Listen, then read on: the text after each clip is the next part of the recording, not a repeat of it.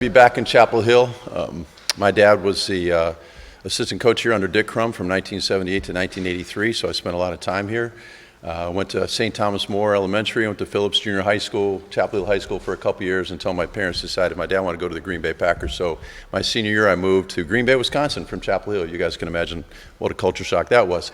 So I'm excited about being back because I was at a Letterman's dinner back in the spring, and I saw a bunch of all the guys that I grew up admiring, when I was a young guy. And Rod Elkins was there, Scott Stankiewicz was there, Paul Davis was there, LT was there. I mean, there's a lot of great players. William Fuller was a guy that my dad coached here. So I had a lot of great experiences as a young guy here. Every time I look at the bell tower, I was selling programs before games back in the day and trying to make a little bit of money. Then I went out in the field and I was a ball boy during the game. So a lot of great experiences in and around Kenan Stadium and in Chapel Hill, and I'm really excited about being back. We'll go ahead with questions. Right here on the right. Here we go. On the right, Coach. Oh, go ahead. Hey, Coach. Jeremiah Tacho, Charles on SI.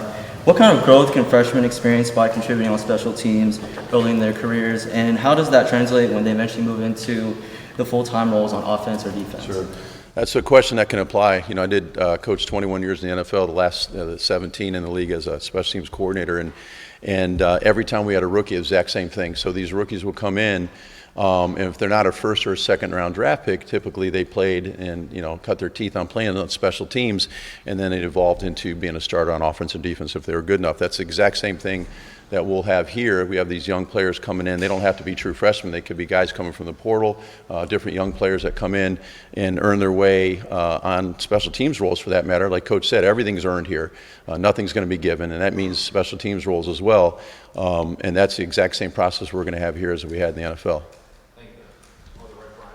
Brian Murphy with WRL. Hi, Brian. When you heard, obviously you spent a lot of time in the NFL, when you heard that Bill might be coming to Chapel Hill, did you talk to him? Obviously you have some ties to the area, and then when he got the job, how was that process like of saying, hey, I want to go to college? Obviously he's been in the NFL a heck of a lot longer than me, but I had never met Coach Belichick before my interview here back on I think January 16th, and came in the room and shook his hand, and obviously I saw him across I think might have gone against him about 10 times. Maybe we beat the Patriots one time in my career, so they're always whooping us. But so the first time I met Coach was in my interview, and that was a great interview, and obviously I've admired him from afar for years. But that interview itself, I was like, after a couple hours, and it really went well, and they offered me the job, and I said, this is really what place I want to be. Not just because it was Coach Belichick, but also North Carolina itself. It's such a special place. So obviously the combination of Bill Belichick and North Carolina was a great combination I couldn't pass up. Front center here.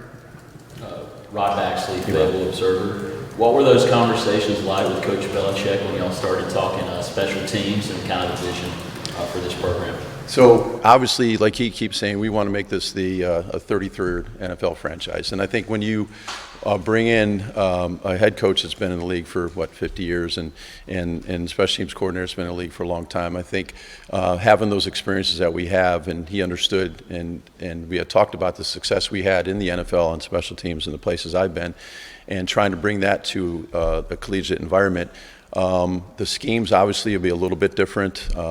The players are much younger, so the techniques and fundamentals that we teach or have to be we have to make sure we cover those more often than we would in the NFL per se, maybe. But those are the conversations we've had about player development. I think that's the most important piece for a special teams coordinator, whether it's in college football or the NFL, is a player development piece. And that's what we're selling to our players, and they're buying in. And we talk to our recruits about that all the time. And, you want to come to North Carolina because you're going to be developed as a football player and as a person. And I think that's exactly what he wanted to bring here in special teams, and I think that's what I can provide. Front row on the right, Coach. Michael Coe, 97 Hill, chapelrow.com. Coach, before you got here, special teams has been a struggle in recent years for Carolina football.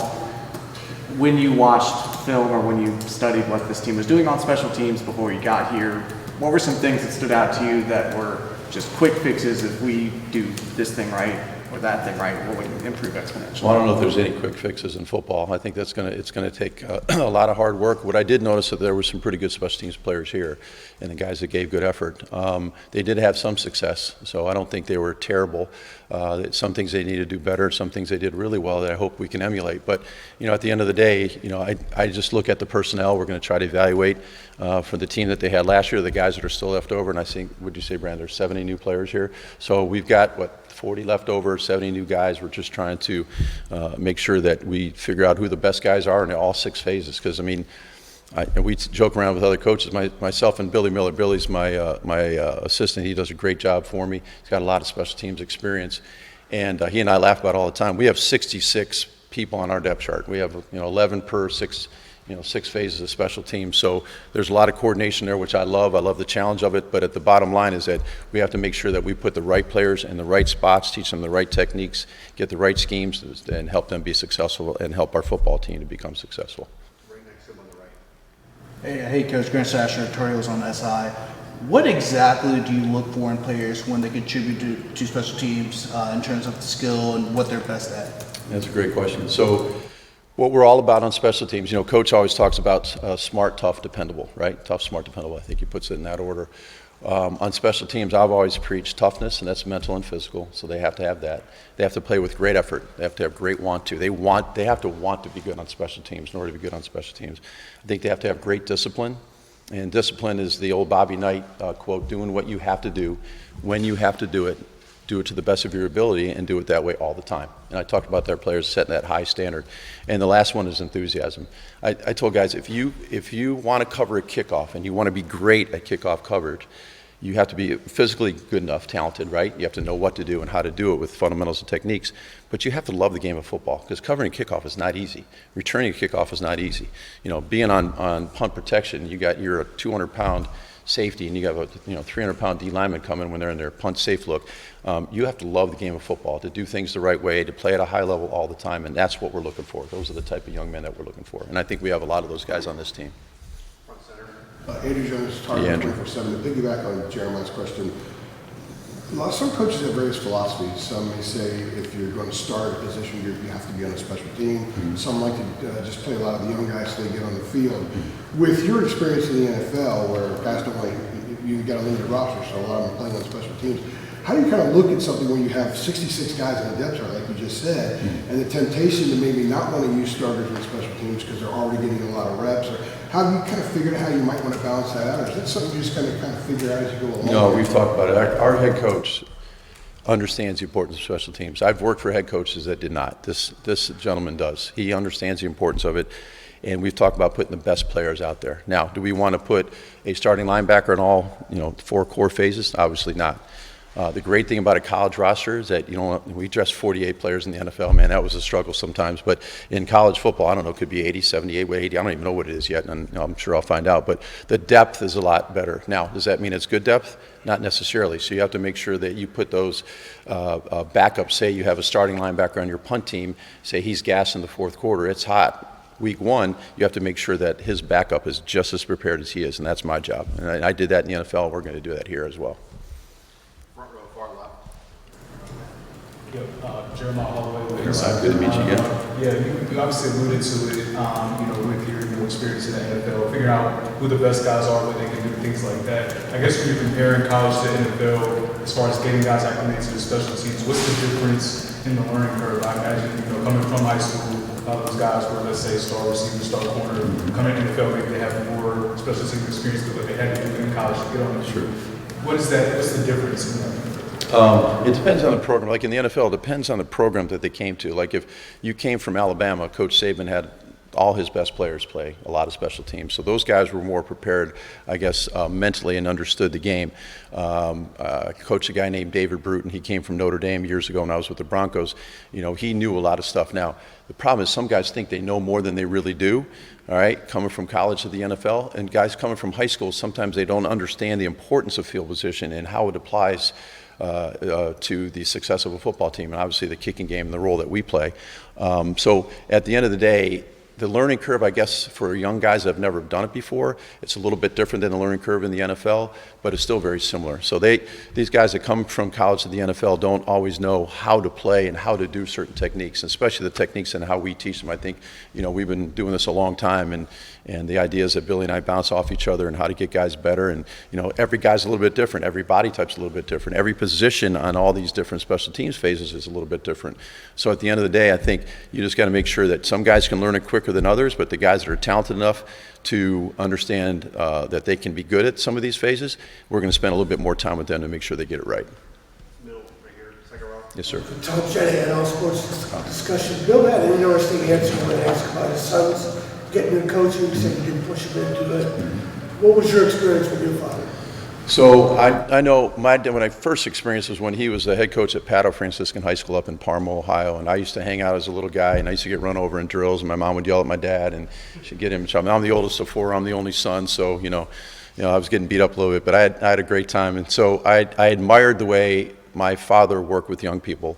My dad has always said that coaching is teaching, and that's how I look at it. I'm a teacher of football. I love football. I love teaching young people. He also had a positive influence on these young men's lives when he was in high school, when he coached in college, when he coached in the NFL. Every place he's been, he's been influential in their lives. And I had a lot of the guys at the Leonardman's dinner that I went to back in the spring, like I mentioned earlier, that came up to me and said how much my dad meant to them and their when they were young and in college, and they still remember that 30, 40 years later. So that was really cool for me to hear that. I've tried to take that same approach where coaching is teaching. I want to have positive influence on these young men's lives, and I think hopefully I've done that at most places I've been. I want to continue doing that. My wife was kind of mad at me. We have a lake house down in Lake Oconee in Georgia, and I got let go in late February in 23. So after the 22 season, I kind of got ambushed. But the Browns were kind enough to pay me for a year. We were down on the lake, and it was love and life, right? And then last year I volunteered at a high school at Lake Oconee Academy, and my wife, we had a good life there on the lake. And then of course Coach Belichick called, and his number's on my phone. She's like, don't answer it, don't answer it, don't answer it, because she knew exactly what was going to happen, that if he offered me the job that I was going to go. But I'm only 58. I'll be 59 August 21st if you guys want to remember my birthday.